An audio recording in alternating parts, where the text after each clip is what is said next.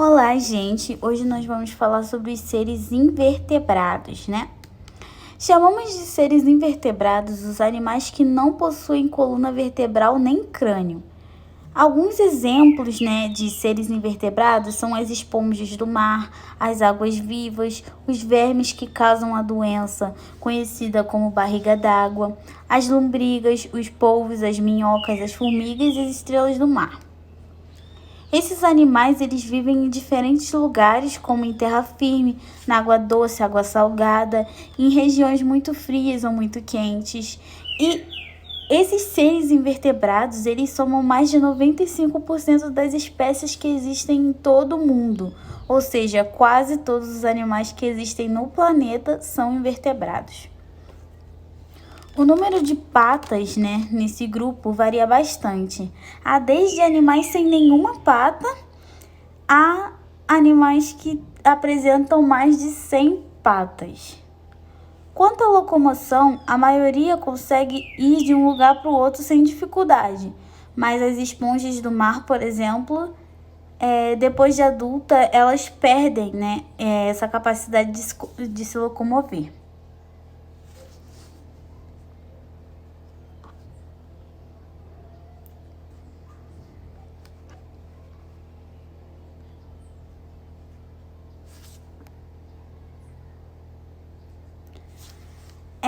O primeiro grupo que nós vamos falar aqui são os poríferos, né? Os poríferos, eles também são conhecidos como esponjas e são animais aquáticos que podem ter de 1 milímetro a 2 metros de tamanho, né? Como representante desse grupo, né, nós temos o Bob Esponja, né? O Bob Esponja, ele é um personagem e ele é uma esponja do mar. Então, logo quando vocês lembrarem de porífero, vocês podem associá-los ao Bob Esponja. E logo lembrar das esponjas do mar. Os poríferos, eles são animais filtradores, porque eles filtram a água que entram no corpo delas e retiram alimento e oxigênio. A reprodução dos poríferos pode acontecer de forma assexuada, por brotamentos que se separam do corpo do animal e originam novas esponjas. Ou de forma sexuada, né? Quando os espermatozoides fecundam os óvulos e se desenvolvem uma larva que origina uma nova esponja. O próximo grupo que nós vamos falar são dos quinidários, né, que os representantes principais são as medusas e os pólipos, né? Temos também, né, as anêmonas do mar, as águas-vivas, os corais e caravelas são exemplos de quinidários, né? Aí vocês devem estar se perguntando o que o Nemo está fazendo aqui. Não sei se vocês lembram do filme, mas o Nemo, ele mora numa anêmona. E uma anêmona é um exemplo de pólipo que faz parte do grupo dos quinidários.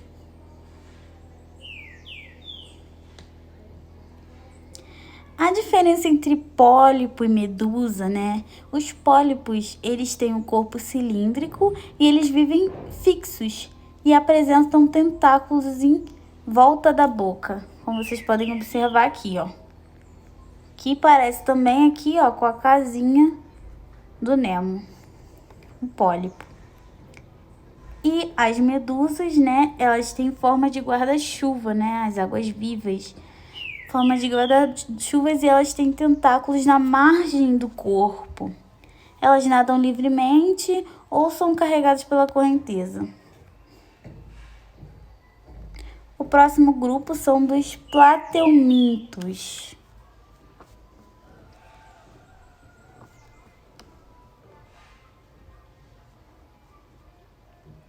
Os plateumintos, eles são divididos em indivíduos de vida livre ou parasitas. Eles variam quanto ao tamanho, né? Existem 3 classes de plateumintos, né? Os tubelários de vida livre ou os trematódeos, que são parasitas externos ou internos. E os cestoides ou tênis, que são parasitas intestinais dos vertebrados. Os plateumintos, eles variam de tamanho entre 1 milímetro ou menos e alguns metros. Incluem indivíduos de vida livre e parasitas, mas os indivíduos de vida livre são encontrados exclusivamente nas classes dos tubelários. Alguns tubelários são simbióticos ou parasitas, mas a maioria está adaptada aos leitos dos rios, águas salobras ou águas doces, ou vivem em lugares úmidos terrestres. Eles podem se reproduzir de forma sexuada ou assexuada. Frequentemente são hermafroditas, são desprovidos de aparelhos circulatórios e respiratórios.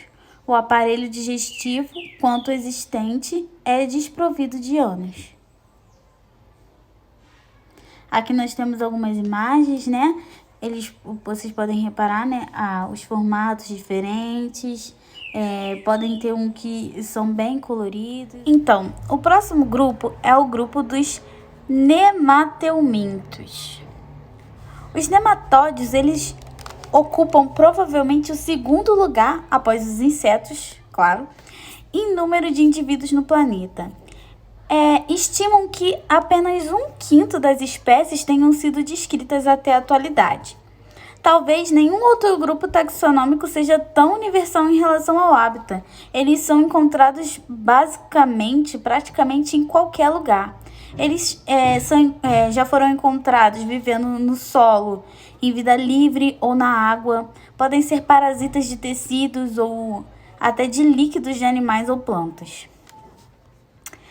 Esses animais, eles são vermes não segmentados. Eles têm um corpo cilíndrico, alongado, que se afila nas pontas, né, nas extremidades. Geralmente, eles têm tamanhos reduzidos, né? Eles são pequenos, mas alguns podem atingir até 1 metro de comprimento. Em espécies de vida livre, podem existir pequenas cerdas ou espinhos que podem ajudar nessa locomoção.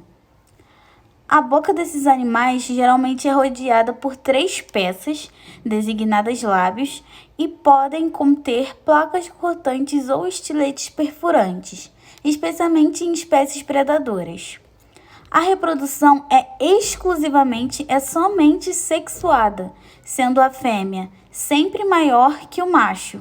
A fecundação é interna. Esse é um dos poucos casos em que a fêmea é maior que o macho, né? Vamos falar agora é o grupo dos anelídeos, que é representado basicamente pelas minhocas e pelas sanguessugas. Os anelídeos, eles são seres de corpo alongado dividido em anéis, encontrados em ambientes terrestres, marinhos e dulcícolas. Então, diferentemente dos nemateumintos que a gente viu agora, o corpo dos anelídeos, ele é segmentado, né? Esses anéis, eles são chamados de segmentos, né? Esses anéis que vocês podem observar na imagem. Nos anelídeos, a metameria, que é essa divisão por anéis, apresentam-se tanto externamente, ou seja, tanto a olho nu, como nós podemos ver aqui, quanto internamente, ou seja, ele por dentro ele também é dividido. Uma vez que cada anel abriga diversos órgãos individualizados, como nervos, estruturas musculares e unidades excretoras, as minhocas e as sanguessugas são exemplos de anelídeos, né? Como já disse. A parte do corpo contém uma musculatura bem desenvolvida e capaz de permitir o movimento do animal. A maioria dos anelídeos tem respiração cutânea, isso é, as trocas gasosas entre o organismo e o ambiente são efetuadas através da pele. Mas alguns representantes aquáticos respiram através de brânquias, que são filamentos delicados, dotados de vasos sanguíneos que, por difusão, retiram o gás oxigênio dissolvido na água. As minhocas, né, são hermafroditas e elas podem apresentar um segmento produtor de óvulos e outro produtor de espermatozoides. O próximo grupo que nós iremos falar agora é o grupo dos moluscos. Aí, como um desenho aqui, como uma referência para vocês, eu coloquei o Gary, do Bob Esponja, e o Lula Molusco. O Gary é um caracol e o Lula Molusco é uma lula, apesar do criador dele ter falado há pouco tempo que, na verdade, ele é um polvo. Mas, né, continua dentro do grupo dos moluscos.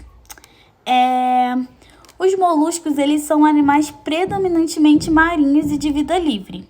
E eles podem viver fixos, né? Fixos em algum substrato ou enterrados. O grupo dos moluscos, eles podem ser divididos em 8 classes, mas tem 3 principais, que são a classe dos gastrópodes, dos pelicipódeos e dos cefalópodes.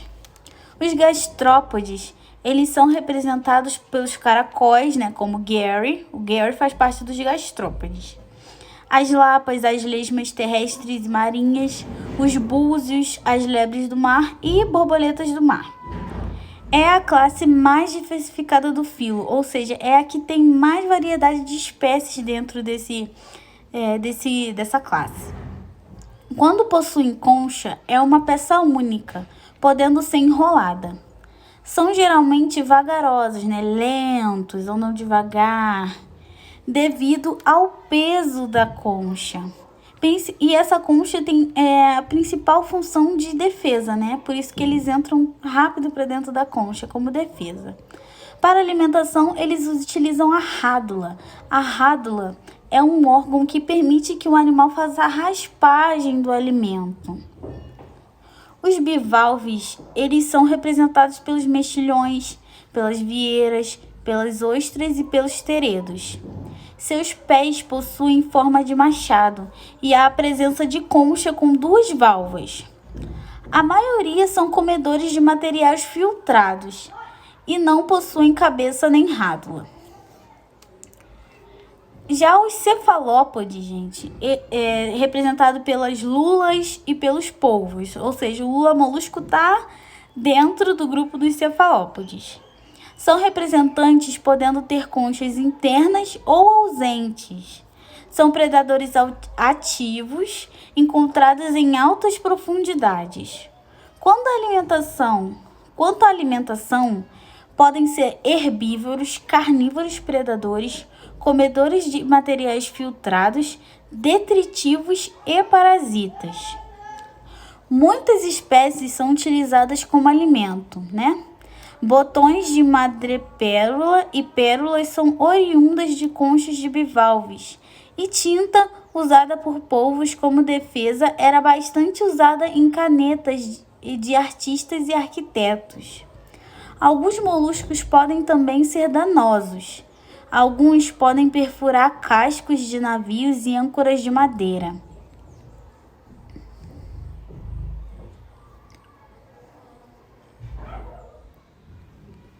Vamos falar agora dos artrópodas. Os artrópodes, eles são animais invertebrados muito diversificados e que podem ser encontrados em todas as regiões do planeta. O exoesqueleto de todos os artrópodes é composto por quitina, mas nos crustáceos, além da quitina, há também fosfato e carbonato de cálcio, substâncias que conferem alta resistência à carapaça desses animais. Como o exoesqueleto dos artrópodes envolve em todo o seu corpo, o crescimento desses animais ocorre apenas através do que chamamos de muda ou equidise, que é a troca do exoesqueleto. Os artrópodes podem ser classificados em 5 classes. Uma delas é a classe dos insetos, a classe insecta. São conhecidas por 900 mil espécies de insetos, sendo que a classe insecta é a mais diversificada do filo. Os insetos são os únicos animais invertebrados com capacidade de voo. Essa capacidade lhes garante alcançar alimentos com facilidade, além de lhes dar grande poder de defesa e dispersão. O corpo dos insetos é dividido em cabeça, tórax, abdômen, e eles possuem um par de antenas, 3 pares de patas e asas que podem ser ausentes, né?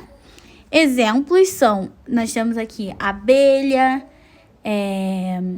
formiga, grilo, borboleta.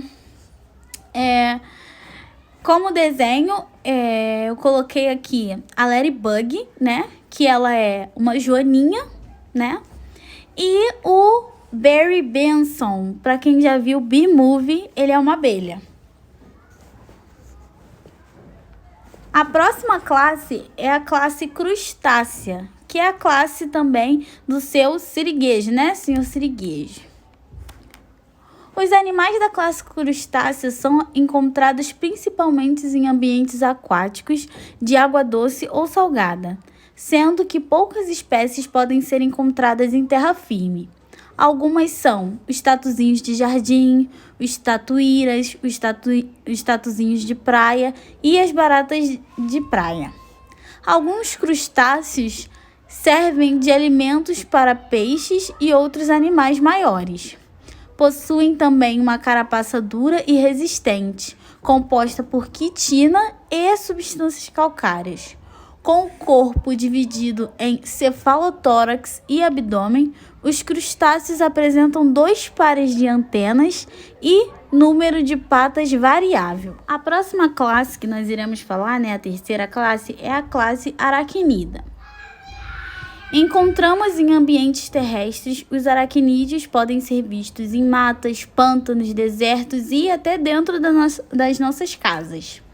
Algumas espécies de aracnídeos, como aranhas e escorpiões, são peçonhentos e sua picada pode causar sérios acidentes a seres humanos e animais domésticos. O ácaro também é um aracnídeo e pode ser facilmente encontrado na poeira, sendo por isso o causador de diversas doenças respiratórias. Além disso, o ácaro também é o responsável por causar a sarna.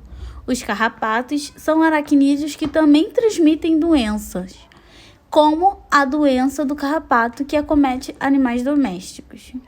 Os aracnídeos possuem o corpo dividido em cefalotórax e abdômen, sendo que nos carrapatos essas partes são fundidas. A próxima classe também é a classe Xilopoda.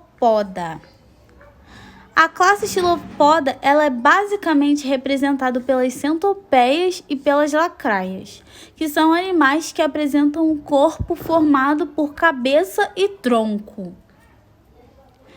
A classe Diplopoda, né? O corpo dos diplopódes é formado por cabeça, tórax e abdômen. Mas há autores também, né, que consideram que o corpo desses animais é formado apenas por cabeça e tronco. Um exemplo é o gangolo, né, os piolhos de cobra. Agora que nós acabamos com os artrópodes, nós vamos começar falando aqui dos equinodermos. Os equinodermos, eles constituem um dos filos mais facilmente reconhecidos do reino animal. Eles incluem também seres conhecidos, né, como as estrelas do mar, os pepinos do mar, os ouriços do mar, as serpentes do mar, as bolachas da praia e os lírios do mar. Todos são animais grandes e nenhum é parasita. Praticamente todos são presos ao fundo do oceano ou se movem lentamente sobre o substrato. São animais que não apresentam cabeça, têm um esqueleto interno, larvas bilaterais que sofrem, né, metamorfose, uma mudança. Todos os equinodermos são marinhos e são comuns e abundantes em todos os oceanos do mundo. Possuem espinhos que servem como proteção, principalmente no ouriço do mar. São bem alongados e, às vezes, providos de glândulas venenosas. Algumas espécies possuem ainda pequenas pinças que servem para defesa e para manter sempre limpa a superfície do corpo. E, com os equinodermos, nós encerramos a nossa breve aula sobre os seres invertebrados.